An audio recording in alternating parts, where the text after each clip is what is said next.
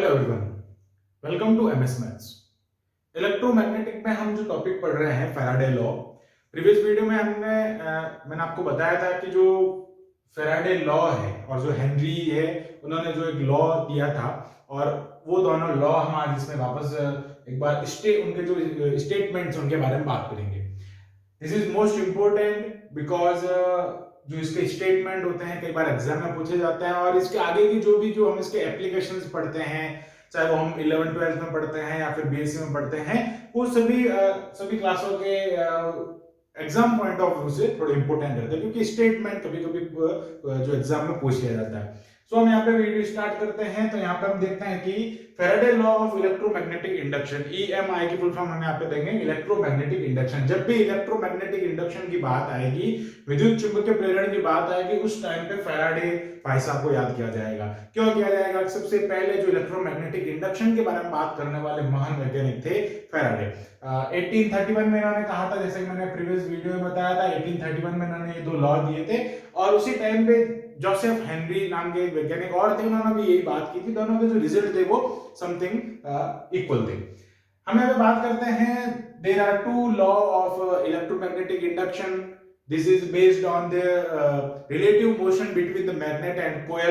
यहाँ पे मैं एक बार एक सर्किट बना के बता देता हूँ कि this is the magnet and this is S and this is an. यहाँ पे एक कॉइल भी बना के बता देता हूँ। ये इस टाइप की कॉइल होती है, यहाँ पे गैल्वेनोमीटर होता है।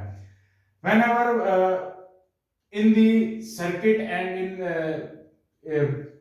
between circuit and between magnet, जब उन दोनों में जो कहते हैं हम रिलेटिव मोशन होती है, एक स्टॉप रहता है, एक मूविंग स्टेट में होता है, उसमें मैग्नेट भी मूविंग स्टेट में हो सकती है या फिर कोयल भी मूविंग स्टेट में होनी चाहिए। दोनों में से एक कंडीशन होनी चाहिए।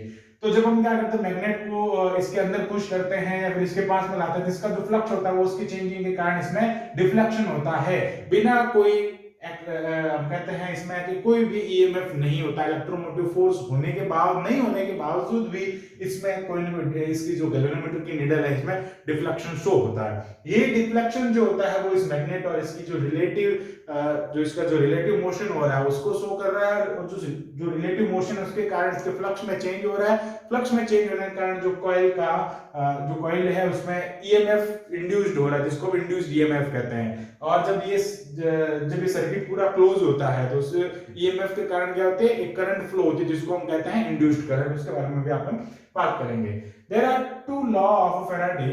फर्स्ट लॉ में हम बात करेंगे द इंडक्शन ऑफ ईएमएफ। यहाँ पे ईएमएफ का जो इंडक्शन हो रहा है ना, कंडक्टर जो हमारा जो चालक है उसमें इस ईएमएफ का, इलेक्ट्रोमोटिव फोर्स का, विद्युत विभाग जो बल है, विद्युत वाहक बल, उसके बारे में जो कंडक्शन है, जो कंडक्टर है, उसमें हम यहाँ पे बात कर रहे हैं। जो फर्स्ट लॉ है उसका स्टेटमेंट में बताऊंगा और उसको समझाऊंगा पूरा।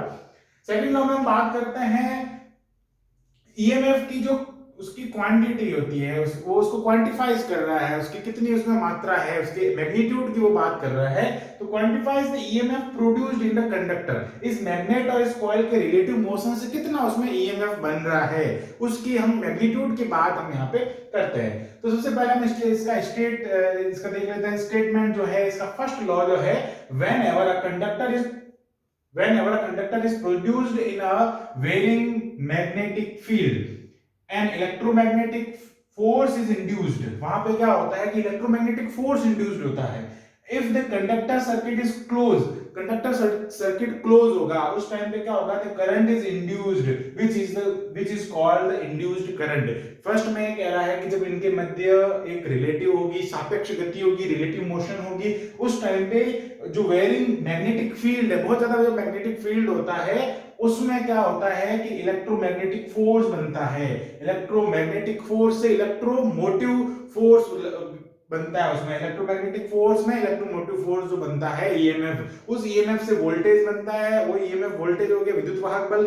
उस वोल्टेज के कारण अगर सर्किट पूरा क्लोज है, तो मैं क्या करता हूं, यहाँ पे की लगा देता हूं, इसको मैं ओपन रखता हूं की को। अब है जो सर्किट है वो क्लोज नहीं है, सर्किट इज नॉट क्लोज। और जब मैं इसको क्लोज करूंगा, देखो इसमें ईएमएफ तो है लेकिन इसमें इंड्यूस्ड करंट नहीं, इंड्यूस्ड ईएमएफ तो प्रोड्यूस हो रहा है यहाँ पे, लेकिन यहाँ पे करंट प्रोड्यूस नहीं हो रही है, because the circuit is open circuit, यहाँ पे ओपन खुला परिपथ है और इसको जब मैं बंद कर देता हूँ, क्लोज्ड हो जाता है, उस टाइम पे क्या होता है, इसमें करंट फ्लो होनी शुरू हो जाती है, जिसके कारण क्या होता है, इसमें डिफ्लेक्शन, जैसे अगर इस तरफ डिफ्लेक्शन आ रहा है तो करंट कैसे फ्लो होगी, ऐसे फ्लो होगी, ये इस टाइप से क्या होगी, यहाँ पे करंट फ्लो हो जाएगी। मतलब वो सारी चीजें जो लेंज लॉ है उसमें पढ़ेंगे कि ये इसकी डायरेक्शन क्या होती है, मैग्नेट कब मूव करेगी तो उसकी डायरेक्शन क्या होगी, ये सब हम लेंज लॉ में पढ़ेंगे।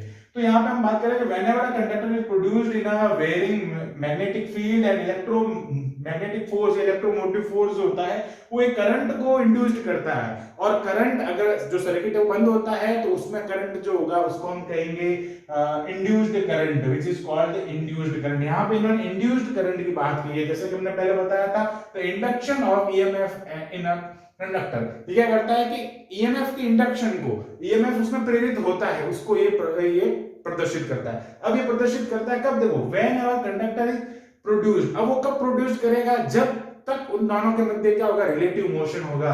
यहाँ पे उन दोनों के मध्य रिलेटिव मोशन अगर हो रहा है, रिलेटिव मोशन होगा, तभी क्या होगा, उसमें इंड्यूस्ड ईएमएफ प्रोड्यूस्ड होगा, और इंड्यूस्ड मैं आई लिख देता हूं आगे, इंड्यूस्ड करंट भी उसमें प्रोड्यूस्ड होगा, इंड्यूस्ड ईएमएफ भी होगा, यानी कि जब तक उसमें दोनों में सापेक्ष गति होगी, रिलेटिव मोशन होगा, तभी वो ईएमएफ प्रोड्यूस्ड होगा, तभी उसमें करंट फ्लो होगा। अगर एक भी दोनों में से मतलब जो स्टेट में वो मूविंग करना बंद कर दे, उस टाइम पे मतलब वो स्टेट में रह जाए, जो मूविंग जो मूव कर रहा है वो स्टेट में आ जाए, तो उस टाइम पे ये ईएमएफ जो है वो जीरो हो जाएगा, यानी कि जो इसका गैल्वेनोमीटर का डिफ्लेक्शन है निडल में, वो डिफ्लेक्शन क्या हो जाएगा, जीरो हो जाएगा।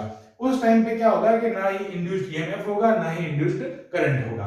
ठीक है, ये था इसका जो है वो फर्स्ट लॉ था, यानी कि मतलब सिर्फ इतना ही है कि जब तक इन दोनों के मध्य, इन दोनों के बिटवीन रिलेटिव मोशन होगा, तभी उसमें इंड्यूस्ड करंट और इंड्यूस्ड ईएमएफ उसमें बनेगा। सेकंड लॉ की बात करते हैं, the induced EMF in a coil equal to the rate of change of magnetic flux of that coil. जिस कॉइल का हम यहाँ पे यूज ले रहे हैं और इनमें जो रिलेटिव मोशन हो रही है और इसमें कितना इसकी, मैंने कहा ना यहाँ पे हम इसको शो करते हैं, इसकी क्वांटिटी को हम यहाँ पे इसकी वैल्यू फाइंड करते हैं, इसका मैग्नीट्यूड हम यहाँ पे फाइंड करते हैं। तो ये कह रहा है कि EMF in a coil is equal to the rate of change of flux. Flux में रेट ऑफ चेंज हो रही है, रेट ऑफ चेंज का मतलब क्या हो गया, डी बाई डी टी, और किस में चेंज हो रही है, फ्लक्स में, जो जो मैग्नेटिक फ्लक्स है यहाँ पे उसकी बात कर रहे हैं। तो मैग्नेटिक फ्लक्स की रेट में जो चेंज हो रहा है वो ईएमएफ के इक्वल है, या हम कह सकते हैं उसके प्रोपोर्शनल है। ठीक है, ये जो डायरेक्टली प्रोपोर्शनल इस पे डिपेंड कर रहा है, एकदम डिपेंड कर रहा है कि जितना फ्लक्स में ज्यादा परिवर्तन होगा, जितना उसमें चेंजेबल होगा, जितना जो मैग्नेटिक फ्लक्स है वो चेंजेबल होगा, उतना ही हमारा जो ईएमएफ होगा वो बढ़ेगा। देन हम यहाँ पे बात करते हैं कि माइनस जो है वो जब हम यहाँ से इसको हटाते हैं उस टाइम पे यहाँ पे माइनस आता है, और माइनस क्या शो करता है वो मैं आपको भी बताऊंगा। और अब यहाँ पे बात करते हैं, इसको एन भी हम यहाँ पे लगा सकते हैं, जो एन है वो रोटेशन है इसका, इसमें हम देखते हैं कितने, इसमें हम कह सकते हैं जो घेरे कह सकते हैं, या फिर हमने उसको कितना मोड़ा है, जो कॉइल के अंदर जो होते हैं उनको हम यहाँ से एन से रिप्रेजेंट कर रहे हैं, उनके जो नंबर है उनको हम यहाँ से एन से रिप्रेजेंट कर रहे हैं। अब यहाँ पे माइनस क्यों आ रहा है, माइनस आने का एक ही रीजन होता है कि माइनस आ रहा है, ये इसमें क्या प्रदर्शित कर रहा है, इसका विरोधाभास प्रदर्शित कर रहा है, जो कि हम लेंज लॉ में पढ़ेंगे। फ्लक्स में परिवर्तन से ये ईएमएफ बन रहा है, और ईएमएफ जो है वो इसके माइनस के इक्वल होता है, क्योंकि ये जो है जो ईएमएफ है, जो ईएमएफ प्रोड्यूस्ड हो रहा है, जो इलेक्ट्रोमोटिव फोर्स, जो विद्युत वाहक बल प्रोड्यूस्ड हो रहा है, इंड्यूस्ड हो रहा है, वो उन्हीं कारणों का विरोध करता है जिनसे ये प्रोड्यूस्ड है। जैसे ये मैग्नेट है, इसका जो मोशन है इसके रेस्पेक्ट में हो रहा है, और इसके रेस्पेक्ट में मोशन होने से ईएमएफ प्रोड्यूस हो रहा है, यही ईएमएफ वापस क्या करता है, इसको कहता है कि तू रुक जा, मतलब इसकी जो मोशन है उसको क्या कर रहा है, उसका विरोधाभास कर रहा है, उसको विरोध कर रहा है कि हम आपको यहाँ पे नहीं आने देंगे। मतलब कुल मिला के ये इस टाइप का जो हम आगे लेंज लॉ में जो हमारा नेक्स्ट वीडियो होगा उसमें पढ़ेंगे। इनमें हमने जो स्टेटमेंट है फैराडे लॉ हम दोनों को हमने यहाँ पे पढ़ा, और ये फॉर्मूला आता है E is equal to minus NdΦ/dt। So thanks for watching this video. Keep watching MS Maths and subscribe the channel MS Maths for more videos about the physics and mathematics.